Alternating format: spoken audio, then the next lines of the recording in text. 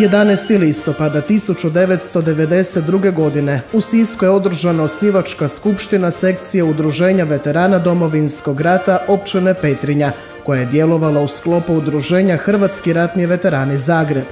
Udruga je imala zadatak prikupljanja svjedočanstava i što više vjerodostojnih činjenica o predratnim i ratnim događanjima u Petrinji.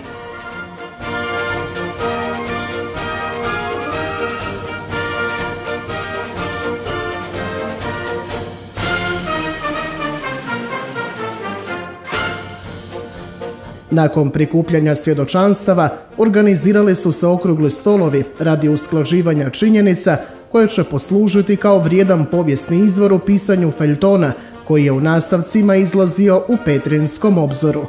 Udruga prestaje s djelovanjem 1998. godine.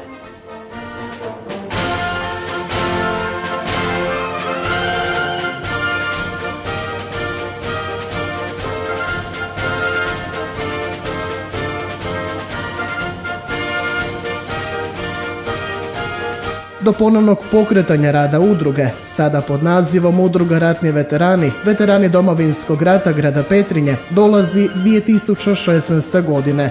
Od tada udruga kontinuirano djeluje u promicanju istine o Domovinskom ratu, sudjeluje u kulturnom, humanitarnom i sportskom životu grada, aktivno radi s mladima, te joj se stoga dodjeljuje javno priznanje plaketa grada Petrinje.